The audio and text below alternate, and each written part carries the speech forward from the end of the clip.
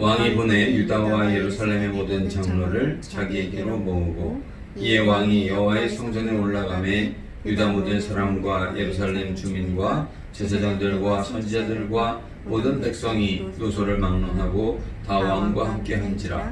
왕이 여호와의 성전 안에서 발견한 언약책의 모든 말씀을 읽어 우리의 귀에 들리고 왕이 단 위에 서서 여호와 앞에서 언약을 세우되 마음을 다하고 뜻을 다하여 여호와께 순종하고 그의 계명과 법도와 율례를 지켜 이 책에 기록된 이 언약의 말씀을 이루게 하리라 하매 백성이 다 그 언약을 따르기로 하니라. 왕이 백성에게 명령하여 이르되 이 언약책에 기록된 대로 너희 하나님 여호와를 위하여 유월절을 지키라 하매 사사가 이스라엘을 다스리던 시대로부터 이스라엘 여러 왕의 시대와 유다 여러 왕의 시대에 이렇게 유월절을 지킨 일이 없었더니 요시야 왕 18째 해에 예루살렘에서 여호와 앞에 이 유월절을 지켰더라.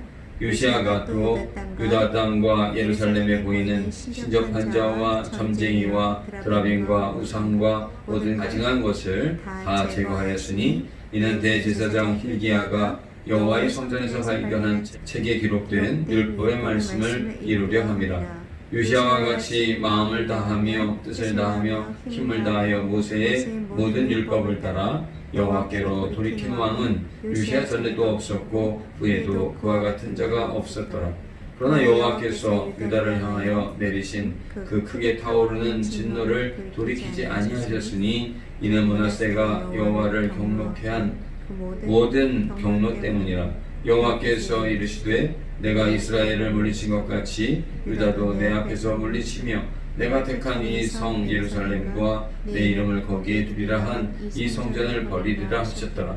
요시야의 남은 사적과 행한 모든 일은 유다 왕 역대지략에 기록되지 아니하였느냐.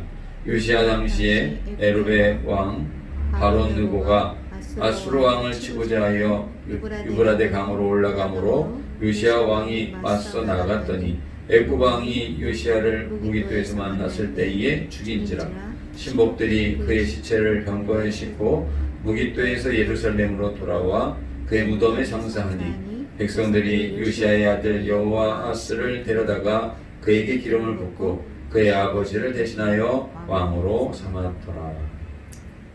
요시야는 어린 나이에 갑자기 왕위에 오르게 됩니다. 그러나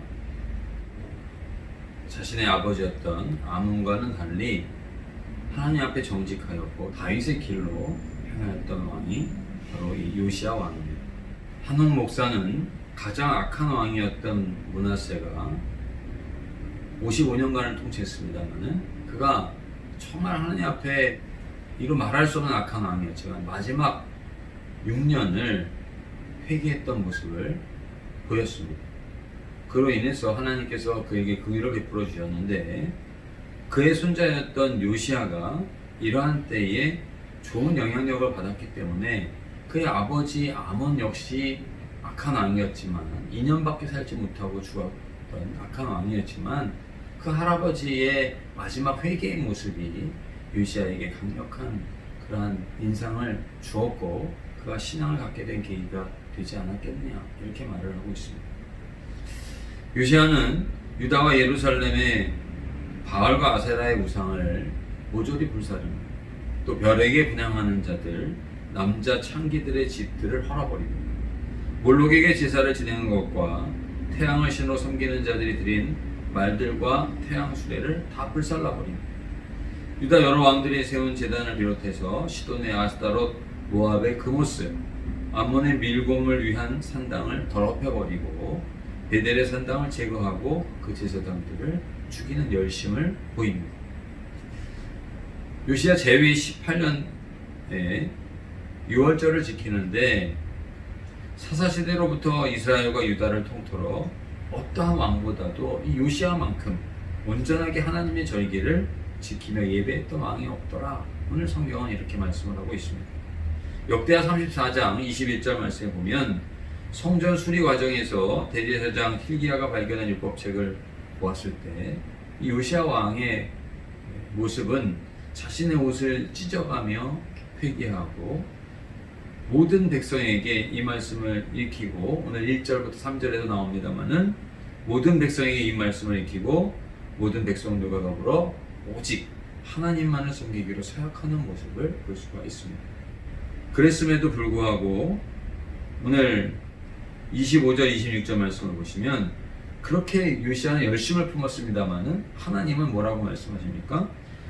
그랬음에도 요시아와 같이 마음을 다하며 뜻을 다하며 힘을 다하여 모세의 모든 율법을 따라 여호와께로 돌이킨 마음은 요시아 전에도 없었고 후에도 그와 같은 자가 없었더라. 그러나 여호와께서 유다를 향하여 내리신 그 크게 타오르는 진노를 돌이키지 아니하셨으니 이는 므낫세가 여호와를 경노케 한 그 모든 경노 때문이라. 이렇게 말씀을 하고 있습니다. 하나님께서 소돔과 고모라 땅을 멸하시기로 작정을 하셨을 때 아브라함에게 그 사실을 알렸습니다. 아브라함은 하나님 앞에 간청을 하였고 의인 10명이 있어도 그 성을 불사르겠습니까? 계속해서 간청하여 하나님 앞에 의인 10명만 있어도 소돔과 고모라 땅을 용서하리라 말씀하셨건만 결국 그 소돔과 고모라 땅에는 의인 10명이 없어서 하나님의 진노의 불을 피할 수가 없었던 것을 우리는 잘 알고 있습니다.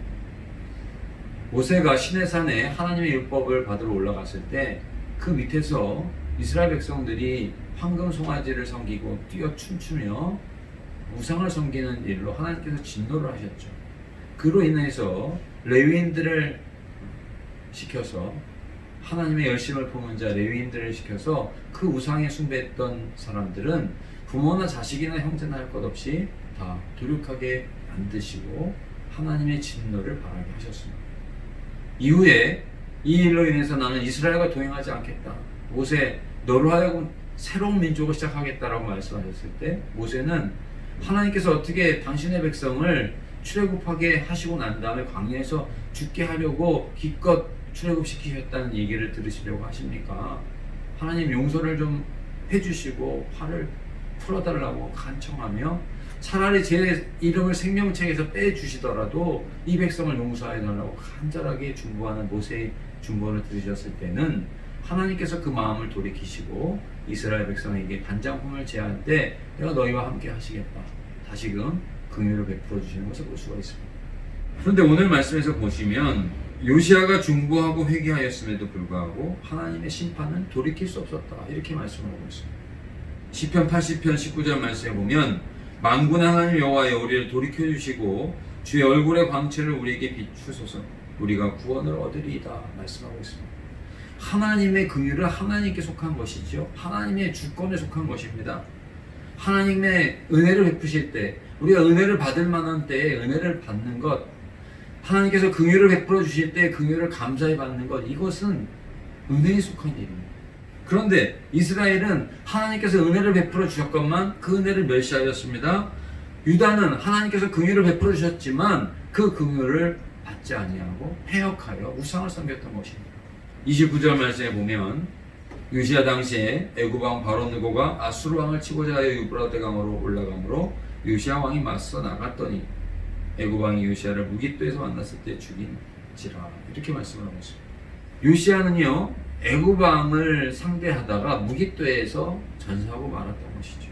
하나님을 진심으로 사랑하고 우상을 회파하고 유월절을 그렇게 했던 요시야, 하나님께서 긍휼을 베풀어 주셨다면 왜 이 무깃도라고 하는 곳에서 요시야가 비참하게 죽어야 했을까? 이런 생각을 할 수가 있습니다. 역대하 35장 21절 말씀에 보면 느고가 요시야에게 사신을 보내어 이르되 유다 왕이여 내가 그대와 무슨 관계가 있느냐? 내가 오늘 그대를 치려는 것이 아니요 나와 더불어 싸우는 족속을 치려는 것이라. 하나님이 나에게 명령하사 속히하라 하셨은즉 하나님이 나와 함께 계시니 그대는 하나님을 거스르지 말라. 그대를 멸하실까 하노라 하나 말씀하고 있습니다. 한원 목사님은 이렇게 이야기를 합니다. 창세기에 보면 하나님께서 애굽 왕에게 꿈으로 나타나서 말씀하시기도 하지 않습니까? 마찬가지로 오늘 바로 느고에게 하나님께서 말씀하셨던 것, 그것은 거짓이 아니라는 것이죠. 하나님이 바로 느고에게 나타나서 꿈에서 말씀하셨든지 아니면 어떤 방법을 통해서 바로 느고에게 말씀을 하셨고, 그것을 바로 느고는 자신을 상대하려고 하는 요시야를 설득시켜서 될 수 있으면 전쟁을 피하고 자신이 대적해야 될 당시에는 신흥 바벨론이라고 하는 제국이 급부상을 하고 있었습니다. 아시리아라고 하는 나라는 북이스라엘을 멸망시켰던 나라가 아시리아죠. 그리고 남유다도 굉장히 고통을 많이 당했는데 이 아시리아는 몰락하고 있었던 것입니다. 그래서 신흥 바벨론이 아시리아를 또 애굽을 갖다가 이제 집어삼킬 만한 그런 기세로 일어나니까 애굽 왕이 이 아시리아하고 연합해서 바벨론을 상대하려고 올라가는 길을 지금 이 요시야 왕이 우리에게 그렇게 고통을 가져다 줬던 아시리아라고 하는 나라와 연합하려고 하는 바로를 묵과할 수 없다. 그저 보낼 수 없다. 그러면서 지금 막아서는 것이죠. 그런데 하나님의 뜻은 어디에 있습니까? 아시리아가 멸망하게 하시고 또 이스라엘도 그 죄악 가운데 심판하시고자 이미 결심하신 것이 하나님의 뜻이었죠. 그래서 바로 느고의 입술을 통해서 이것은 내가 하고자 하는 것이 아니라 하나님이 하시는 일을 네가 지금 막는 것이라고 그렇게 경계하였음에도 불구하고 이 요시야가 그 말을 좀 신중하게 경청했어야 되는데 아시리아라고 하는 나라에 또 애굽이라고 하는 나라에 당했던 그런 수모 때문이었는지 그 타오르는 분개심에 그 말을 듣지 않고 바로 누구를 대적하다가 무기토에서 죽임을 당하는 안타까운 상황을 맞고 난 것입니다. 역대하 34장 28절 말씀에 보면 그러므로 내가 네게 너희 조상들에게 돌아가서 평안히 묘실로 들어가게 하리니 내가 이곳과 그 주민에게 내리는 모든 재앙을 내가 눈으로 보지 못하리라 하셨느니라. 이에 사신들이 왕에게 복명하니라 말씀하고 있습니다. 하나님께서는 이미 요시야에게 그 말씀을 전하셨던 것이죠. 바로 느고에게만 전한 게 아니에요. 이미 여선지자 훌다를 통해서 하나님께서는 유다를 심판하기로 결심을 하였는데 그러나 너에게는 은혜를 베푸겠다는 것입니다. 하나님의 절기를 지키고 하나님 앞에 우상을 회파하고 어떻게든 하나님의 심판을 돌이키려고 그렇게 중보하고 애쓰고 하나님 앞에 회개했던 요시야, 내가 너만은 긍휼을 베풀겠다고 말씀하셨습니다. 그래서 베푸는 것이 무엇이냐? 너는 이후에 너의 후손들에게 나타나는 그 처참한 광경을 보지 않고 묘실로 들어가게 하라. 그러니까 무기토에서 요시야가 전사하고 말았습니다마는 그러나 그 죽음이 우리가 볼 때 인간적으로 볼 때는 안타까운 모습일지 모르지만 그는 하나님께 영광을 올려드리고 그리고 평안하게 그 묘실에 장사될 수 있었다라고 하면서 그 여선지자 훌다의 말대로 그는 거기에서 생을 마치게 된 것입니다. 요시야가 하나님 앞에 열심을 품었던 일들을 후대의 사람들 또 당대의 선지자들도 요시야의 죽음을 너무나 또 안타까워했습니다. 그의 재위 기간에 하나님 앞에 영광을 돌려드렸던 그의 흔적들은 어느 왕에 못지않게 많이 나타났던 것이죠. 사랑하는 성도 여러분, 시편 116편 5절에 여호와는 은혜로우시며 의로우시며 우리 하나님은 긍휼이 많으시도다. 이사야서 55장 7절에 악인은 그의 길을 불의한 자는 그의 생각을 버리고 여호와께로 돌아오라. 그리하면 그가 긍휼히 여기시리라. 우리 하나님께로 돌아오라. 그가 너그럽게 용서하시리라. 말씀하고 있습니다. 요시야가 그의 재위 기간에 보여줬던 하나님의 영광을 위한 흔적, 또 그의 죽음마저도 보십시오. 그의 죽음마저도 하나님께서 여선지자 훌다를 통해서 예언하신 대로 다 예비된 것이라고 생각할 때 그것은 영광스러운 죽음이다 볼 수가 있는 것이죠. 삼손은 하나님께서 나시린으로 살게 하셨고 하나님께서 그 어떠한 사람보다 강력한 힘을 주었지만 그것을 깊이 간직하고 마음을 다해 쓰지 아니하고 들릴라의 유혹에 넘어가서 마침내 그 두 눈이 뽑히고 죽을 때라야 블레셋 사람들을 죽이는 엄청난 그런 역사를 일으키긴 했습니다만은 그런 삶으로 삼손도 역시 죽음으로써 하나님 앞에 영광을 돌려드렸던 것을 우리가 생각해 볼 때 요시야가 그의 생전에 하나님의 영광을 위하여 나타냈던 흔적과 죽으면서까지도 하나님의 사랑으로 묘실에 들어갔던 이 일은 하나님께서 그에게 긍휼을 베푸셨다라고 하는 것을 우리가 볼 수가 있는 것입니다. 또 요시야를 통해서 그의 당대나 그의 후대에 요시야와 같은 임금을 우리가 본받아야 되겠다 하는 그러한 마음을 갖게 하였으니 요시야의 삶은 얼마나 의미 있는 삶이요 얼마나 가치 있는 삶을 살았다라고 하는 사실을 우리가 알 수 있는 것이죠.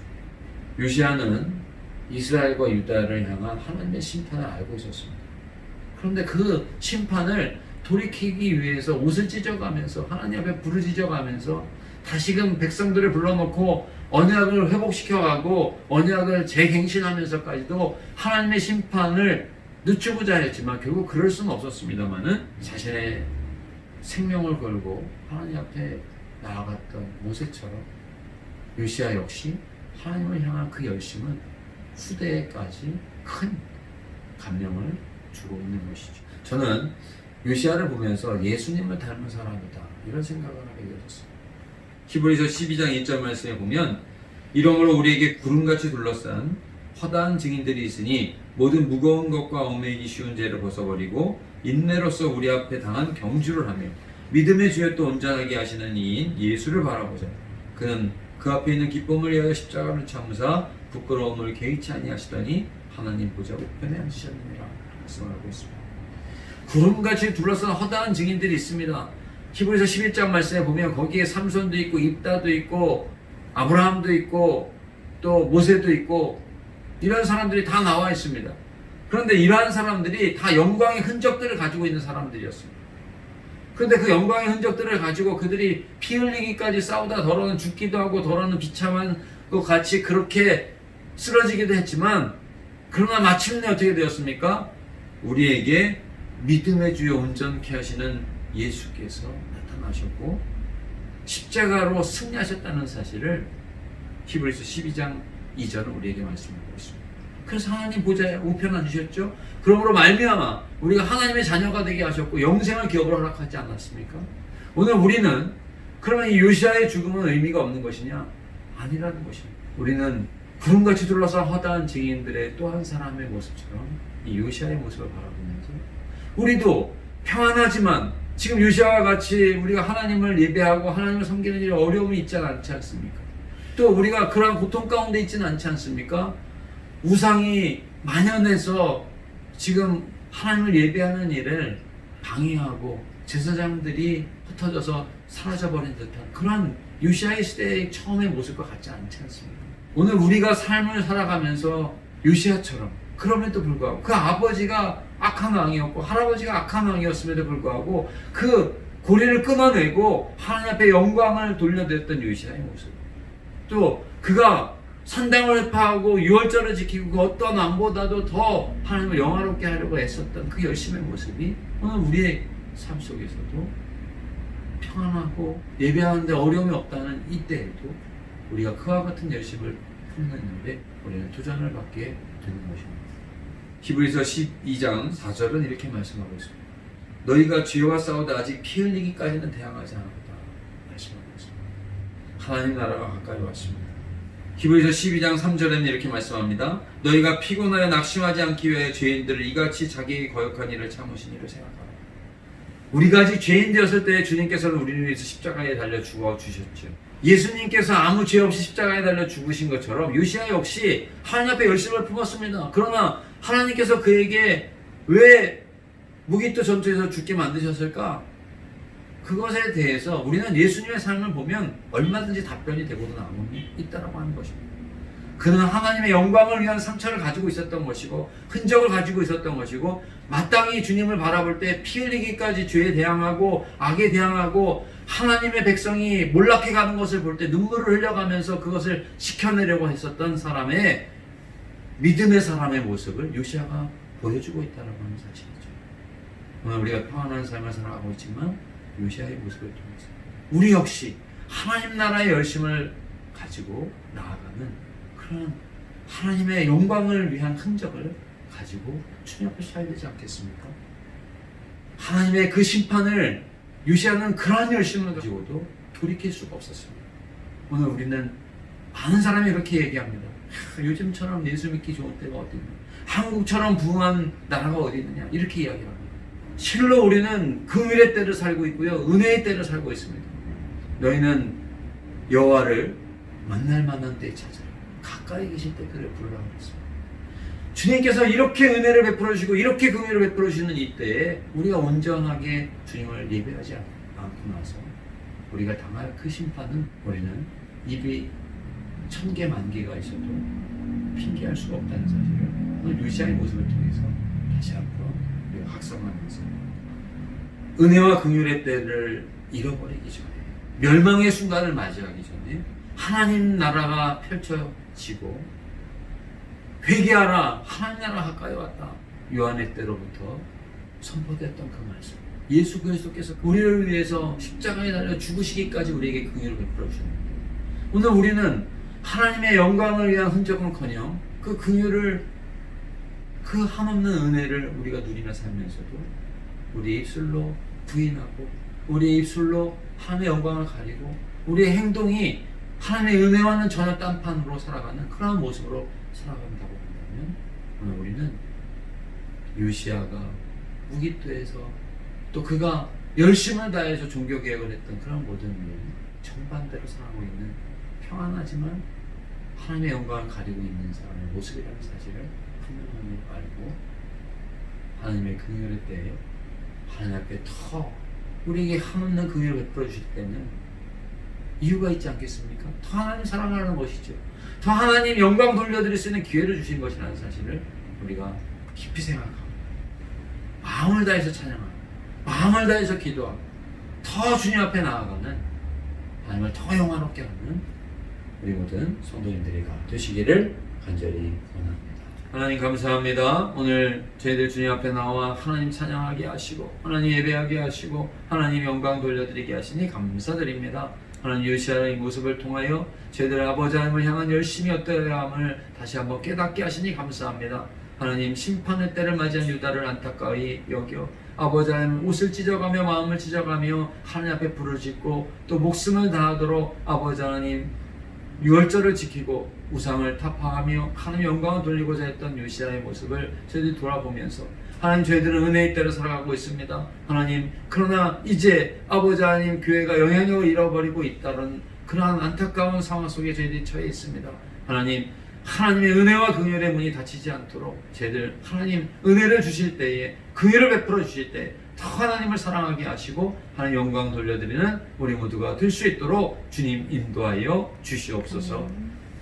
이제는 우리 주 예수 그리스도의 은혜와 하나님 아버지의 극진하신 사랑과 성령님의 그 놀라우신 은총이 오늘 이 예배를 드리는 우리 사랑하는 모든 성도님들의 삶 가운데 하나님 나라의 영광을 향해 살아가기를 다짐하는 우리 모든 성도님들의 삶 가운데 이제부터 영원토록 함께하여 주옵시기를 간절히 축원하옵나이다. 아멘.